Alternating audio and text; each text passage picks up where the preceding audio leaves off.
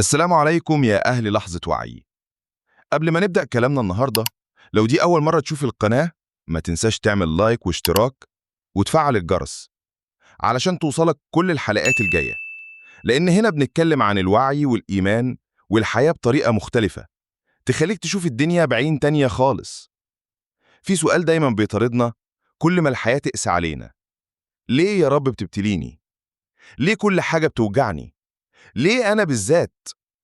يمكن السؤال ده ما بنقولوش بصوت عالي، بس جوانا بيصرخ، وكل مرة بنحاول نقنع نفسنا إننا صابرين نرجع نضعف ونقول أنا تعبت. يمكن النهاردة أنت قاعد لوحدك مش فاهم ليه كل حاجة قلبت فجأة. كنت ماشي كويس وبتحاول تبقى قريب من ربنا، بس الدنيا شدت رجلك وخسرت حاجة، أو اتخذلت من حد، أو اتقفلت في وشك كل الأبواب. وساعتها بتسأل: هو أنا عملت إيه؟ ليه كل ده بيحصل لي؟ ربنا زعلان مني ولا نسيني؟ بس تعالى كده نفكر سوا. هو ممكن ربنا اللي رحمته وسعت كل شيء ينسى عبده؟ ممكن ربنا اللي قال ونحن أقرب إليه من حبل الوريد يسيبك لوحدك وسط الوجع؟ بص يا صاحبي، البلاء مش دايما عقاب، ساعات بيكون نداء. نداء من ربنا علشان يفوقك، علشان يطهرك، علشان يقربك. يمكن لو ما كانش الوجع ده حصل ما كنتش رفعت عينيك للسما وقلت يا رب. ومين قال إن كلمة يا رب دي كلمة سهلة؟ دي الكلمة اللي بتفتح لك باب مفيش بعده قفل. في ناس فاكرة إن لما ربنا يحبك يسهل لك كل حاجة، بس الحقيقة إن الحب الإلهي مش دايما راحة، أوقات بيكون امتحان. ربنا بيحب يشوفك مؤمن حتى وانت بتتوجع، صابر حتى وانت بتبكي، راضي حتى وانت مش فاهم ليه. افتكر كده سيدنا أيوب، نبي ربنا اللي اتسلب منه كل حاجة: الصحة، المال، الولاد، حتى الناس بعدت عنه. بس رغم كل ده قال: إني مسني الضر وأنت أرحم الراحمين. شايف؟ ما قالش ليه يا رب، قال أنت أرحم. وده الفرق بين اللي بيغرق في البلاء واللي بيعوم فيه لحد ما يوصل لشط الرحمة. ساعات ربنا بيبتليك مش علشان يكسرك، لكن علشان يطهرك. زي النار لما تدخل الحديد مش بتحرقه، بتنضفه من الشوائب. وانت كده بالظبط، ربنا بيصهرك علشان يخلصك من الضعف، من التعلق بالدنيا، من الناس اللي مش ليك، من الغرور اللي جوانا ومش شايفينه. وساعات البلاء بيبقى مش علشان تعمل حاجة غلط، لكن علشان تعمل حاجة أعظم. سيدنا يوسف مثلا، ليه اتسجن؟ ليه اتظلم؟ علشان يطلع من السجن يبقى وزير ويبقى سبب نجاة لأمة كاملة. يعني السجن كان طريق للكرامة، والظلم كان باب للنور. ربنا دايما بيهيأ لك مش بيعاقبك، بس احنا اللي بنستعجل الفهم، نفكر ان الوجع النهاية، لكن هو بداية جديدة في طريقك لربنا. عارف لما تبقى ماشي في نفق طويل ومظلم وتحس انك مش شايف حاجة، بس الحقيقة ان النور في اخره موجود، بس لازم تمشي شوية كمان. هو ده البلاء، اختبار صبرك وإيمانك وانت مش شايف النور، بس مصدق انه جاي. ربنا قال: ولنبلونكم بشيء من الخوف والجوع ونقص من الأموال والأنفس والثمرات وبشر الصابرين. يعني ربنا مش وعدنا براحة، وعدنا باختبار وبشرة في الآخر. بشرة إنك لو صبرت هتخرج أقوى وأنضف وأقرب منه. يمكن الوجع اللي انت فيه دلوقتي هو اللي هيغير حياتك، هو اللي هيخليك تبص لنفسك من جوه وتقول أنا محتاج أرجع. افتكر، مفيش دمعة نزلت من عينك إلا وربنا شايفها، ولا تنهيدة طلعت إلا وهو سامعها، ولا وجع حسيته إلا وهو كاتبه لحكمة مش عبث. فبدل ما تسأل ليه يا رب، جرب تقول علمني يا رب. بدل ما تقول أنا مش قادر، قول قويني. الفرق بسيط في الكلمة بس كبير جدا في النتيجة.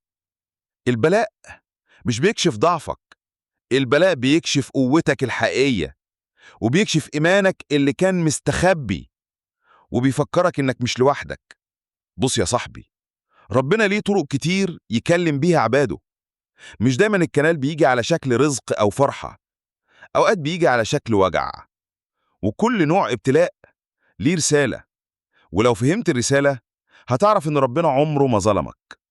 في ابتلاء بيجي من الناس، زي إنك تتخذل من حد كنت شايف فيه أمانك. الوجع ده ربنا بيبعته علشان يقولك ما تعلقش قلبك ببشر، التعلق بيا أنا. الناس بتتغير، بتبعد، بتنسى، لكن ربنا لا بيغيب ولا بيتغير.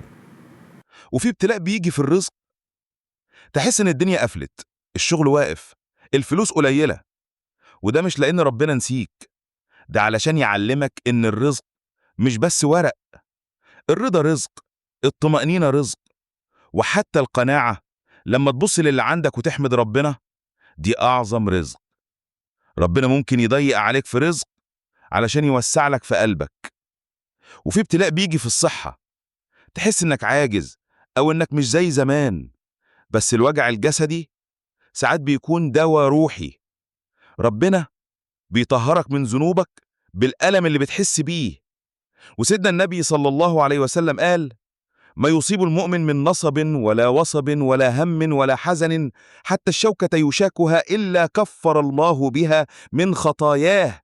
يعني حتى الشوكة مش بتعدي كده. كل وجع ليه معنى، وكل تعب مكتوب في ميزانك لو صبرت عليه. وفي ابتلاء بيجي من النفس نفسها، تحس إنك تايه، مش عارف أنت مين ولا رايح على فين. تتعب من التفكير وتحس إنك فقدت نفسك، وده يمكن أصعب نوع. بس الحقيقة إن ده مش ضياع، دي دعوة من ربنا إنك ترجع لنفسك الأصلية اللي اتشوشوت بالدنيا، بالناس، بالخوف. ربنا ساعات يسحبك بعيد عن كل حاجة علشان تسمع صوتك الداخلي، وتسمع صوته هو جواك. البلاء مش عقاب، البلاء مدرسة فيها ربنا بيعلمك، يعرفك على نفسك، يخليك تبص للدنيا بمنظور تاني خالص. تبدأ تفهم إنك مش مركز الكون، وإنك مهما كنت قوي في لحظة ممكن تقع، لكن لو وقعت على سجادة صلاة عمر ما ده سقوط، ده قيام من نوع تاني. عارف لما تبص على البحر وتلاقي الموج بيشد ويرجع؟ الشدة دي هي اللي بتخلق الموجة. ولو البحر مفيش فيه شدة عمره ما هيكون ليه حركة. كده برضو حياتك، الشدة اللي فيها هي اللي بتحركك، اللي بتخليك تكبر وتنضج وتعرف معنى الصبر الحقيقي. ربنا قال في القرآن: ولنبلونكم حتى نعلم المجاهدين منكم والصابرين. يعني البلاء مش هدفه يعذبك، هدفه يبين معدنك، يشوفك هتفضل ثابت ولا لأ. وفي نوع تاني من البلاء بيكون امتحان حب. والله ربنا بيمتحن اللي بيحبهم. النبي صلى الله عليه وسلم قال: إذا أحب الله قوما ابتلاهم، فمن رضي فله الرضا، ومن سخط فله السخط. يعني الوجع اللي فيك ممكن يكون علامة حب مش غضب.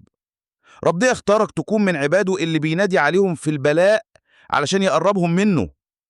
افتكر دايما إن البلاء مش دايم، بس الأثر اللي هيسيبه جواك ممكن يغير حياتك كلها. خد بالك، مفيش بلاء بيجي من غير لحظة رحمة مستخبية جواه. اللي بيشوفها هو اللي قلبه صاحي. ممكن تبقى في كلمة، في موقف، في دعوة حد ليك، في رزق بسيط جالك في عز الضيق. كلها رسائل صغيرة من ربنا بتقولك أنا معاك. البلاء ساعات بيجي علشان يطهرك من ذنب، وساعات علشان يرفعك درجة، وساعات علشان يوقفك على طريقك اللي المفروض تمشي فيه من زمان. يعني ممكن تكون دي فرصة عمرك بس لابسة لبس الوجع. وصدقني، لما تعدي المحنة دي وتبص وراك هتقول الحمد لله إنها حصلت. مش دلوقتي بس هتقولها، لأنك هتكتشف إن ربنا كان بيجهزك لحاجة أكبر بكتير. يا صاحبي، قبل أي حاجة اسمح لي أقول لك حاجة من القلب. لو وصلت للفيديو ده فدي مش صدفة. يمكن تكون في وقت تعب أو وجع أو لحظة ضعف بتسأل فيها: ليه يا رب؟ ليه أنا؟ ليه كل ده بيحصل لي؟ بس قبل ما تجاوب خليك معايا شوية، لأن يمكن النهاردة تكون بداية الفهم اللي كنت بتدور عليه. بس قبل ما نبدأ، لو الفيديو ده لمس فيك أي حاجة، دوس إعجاب واشترك في القناة علشان نوصل الرسالة دي لقلوب أكتر. يمكن بكلمة بسيطة منك تبقى سبب في إن حد تاني يقوم بعد ما كان واقع. بص يا صاحبي، المشكلة إننا بنفهم الدنيا غلط، فاكرين إن الراحة دليل الرضا، وإن التعب دليل إن ربنا زعلان. بس الحقيقة العكس تماما. ربنا ساعات يبتليك علشان يرفعك، مش علشان يعاقبك. وساعات يمنعك عن حاجة بتحبها علشان يحميك من حاجة كنت هتندم عليها طول عمرك. ربنا قال في القرآن: وعسى أن تكرهوا شيئا وهو خير لكم، وعسى أن تحبوا شيئا وهو شر لكم، والله يعلم وأنتم لا تعلمون. يعني ببساطة، في حاجات بتحصل دلوقتي انت شايفها كسر، بس هي في الحقيقة بناء. بس البناء وجع، صح؟ كل طوبة في جدارك الجديد محتاجة مجهود وصبر وثقة. خدها قاعدة: اللي بيحبك مش هيأذيك، وربنا بيحبك أكتر من أمك، أكتر من نفسك. يبقى إزاي تفتكر إنه يوجعك عبث؟ خليني أقول لك حاجة بسيطة: الابتلاء بيكشف لك نفسك. وقت الراحة محدش بيعرف هو مؤمن ولا لأ، لكن وقت الوجع، وقت الخسارة، هناك بيبان معدن القلب. لو كنت بتسأل ليه، فده طبيعي. الأنبياء نفسهم سألوا، بس الفرق إنهم ما وقفوش عند السؤال، راحوا لربنا بالسؤال. سيدنا أيوب مثل بسيط: اتسلب منه كل حاجة، صحته وماله وأهله، بس عمره ما قال ليه يا رب. قال: إني مسني الضر وأنت أرحم الراحمين. بص الجمال، ما اشتكاش، دعا. قال: يا رب أنا موجوع وأنت أرحم. ومن رحم الوجع ده ربنا شفاه ورد له كل حاجة أضعاف. يعني الرسالة واضحة: لو ربنا ابتلاك فهو بيجهزك لحاجة أكبر.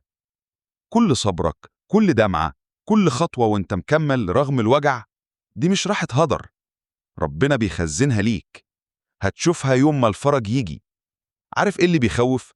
إننا بنقيس الخير بالفلوس والراحة والضحك، بس الخير الحقيقي ساعات بيكون في الحاجة اللي بتكسر غرورك، اللي بتعلمك تقول يا رب من قلبك مش بلسانك.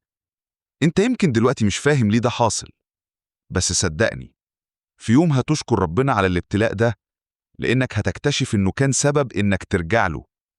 الابتلاء مش جدار بيقف قدامك، ده باب، بس محتاج منك خطوة صبر علشان يتفتح. وفي لحظة الصمت اللي بينك وبين ربنا، لما تقول أنا مش فاهم يا رب بس أنا واثق فيك، اعرف إن دي أعلى درجة إيمان ممكن توصل لها. اللي فاهم إن ربنا بيكتب كل تفصيلة بحكمة مش ممكن يخاف من اللي جاي. بص يا صاحبي، لو فهمت معنى الابتلاء صح، حياتك هتتغير. لأن اللي بيوجعك دلوقتي ممكن يكون هو نفس السبب اللي هينقذك بكرة. بس كل حاجة بتبدأ من طريقة نظرتك. في ناس أول ما تتعب تسيب الصلاة، تقول لك ما هو ربنا سايبني، طب أعمل له ليه؟ وفي ناس أول ما تتعب تقوم تصلي أكتر وتبكي أكتر وتقرب أكتر. الفرق بين الاتنين إن واحد شاف الألم انتقام والتاني شافه نداء. كل بلاء في حياتك فيه رسالة، بس علشان تسمعها لازم تهدى شوية. ربنا مش بيزعق، ربنا بيهمس لقلبك، بيقولك ارجع لي، أنا الأمان اللي بتدور عليه. لو فتحت المصحف في عز وجعك هتحس إن الآيات بتتكلم معاك شخصياً. هتلاقي مثلاً: لا يكلف الله نفساً إلا وسعها، يعني محدش بيتحمل فوق طاقته، وكل حاجة بتعدي مكتوبة بدقة، حتى الدمعة اللي نزلت وانت مش قادر تنام. وعلشان تبقى فاهم، مش معنى انك تصبر انك ما تتألمش. الأنبياء نفسهم اتوجعوا، بس الفرق انهم وجعهم ما خلاهمش يبعدوا، خلاهم يقربوا. الوجع مش دايم، بس اللي هتتعلمه منه هو اللي هيفضل معاك طول عمرك. وهتفتكر يوم من الأيام الفيديو ده وتقول سبحانك يا رب، كنت عارف إني هقوم. فخليك قوي، خليك ثابت، وخليك دايما فاكر اللي خلقك مش هيسيبك. جاوب على السؤال ده في الكومنت وقول لي انت شايف الابتلاء في حياتك كان سبب في تغيرك أو قربك من ربنا. ولو الفيديو لمس قلبك ما تنساش تعمل إعجاب وتشترك في القناة علشان الرسالة دي توصل لكل قلب تايه محتاج يسمعها النهاردة. بص يا صاحبي، الوجع اللي في حياتك مش نهاية القصة، هو مجرد فصل منها، بس انت اللي هتقرر تكمله ازاي. هتعيش طول عمرك شايف نفسك مظلوم، ولا هتقف تقول أنا هكمل لأن ربنا معايا؟ يمكن اللي راح ما يرجعش، واللي اتكسر ما يتصلحش بنفس الشكل، بس دايما دايما ربنا بيعوضك بحاجة أنضج، أنطف، وأنسب ليك. بس لازم تثق حتى وانت مش فاهم. عارف امتى الفرج بيجي؟ لما توصل للنقطة اللي تقول فيها يا رب أنا سلمت. ساعتها الدنيا كلها تتبدل، تلاقي نفسك مرتاح من جواك حتى لو الظروف لسه صعبة. تبتسم وانت موجوع بس مش مهزوم، تحمد وانت ناقص بس راضي. وده المعنى الحقيقي للإيمان. ساعات ربنا بيأخر حاجات احنا بنتمناها، مش علشان يعذبنا، لكن علشان يربينا على الصبر ويخلينا نعرف قيمة النعمة لما تيجي. ولو فهمت الدرس ده عمرك ما هتزعل من تأخير تاني، لأنك هتبقى عارف إن ربك بيظبط التوقيت مش بالساعة، بيظبطه بالقلب. ربنا مش بينسى دعوة، ولا بينسى دمعة نزلت في السجود، ولا لحظة قلت فيها أنا مش قادر. كل ده محفوظ عنده، وبيتحول في الوقت الصح لفرح انت نفسك مش كنت متصوره. وعلشان كده لو انت دلوقتي في ابتلاء، ما تسيبش نفسك للوجع بس، سيب نفسك لربنا. قول له يا رب أنا تعبت، بس أنا مؤمن إنك أرحم بيا من نفسي. اقعد لوحدك كده وغمض عينيك وقول له من قلبك اللهم اجعلني من الصابرين الجميلين اللي قلبهم بيحمدك حتى وهم موجوعين، واجعلني أخرج من الابتلاء ده أقرب ليك مش أبعد. عارف يا صاحبي، الوجع مش هيستمر، بس اللي هتتعلمه منه هو اللي هيفضل معاك طول عمرك. وهتفتكر يوم من الأيام الفيديو ده وتقول سبحانك يا رب، كنت عارف إني هقوم. فخليك قوي، خليك ثابت، وخليك دايما فاكر اللي خلقك مش هيسيبك. وفي النهاية قبل ما تمشي سيب لي في الكومنت إجابة بسيطة على السؤال ده: هو إيه أكتر حاجة علمك إياها الابتلاء في حياتك؟ كلمة منك ممكن تلمس حد تاني تائه محتاج يسمعها النهاردة. ولو حسيت إن الكلام ده وصلك، اعمل إعجاب واشترك في القناة علشان نكمل الرحلة دي سوا، رحلة الوعي والإيمان والسكينة.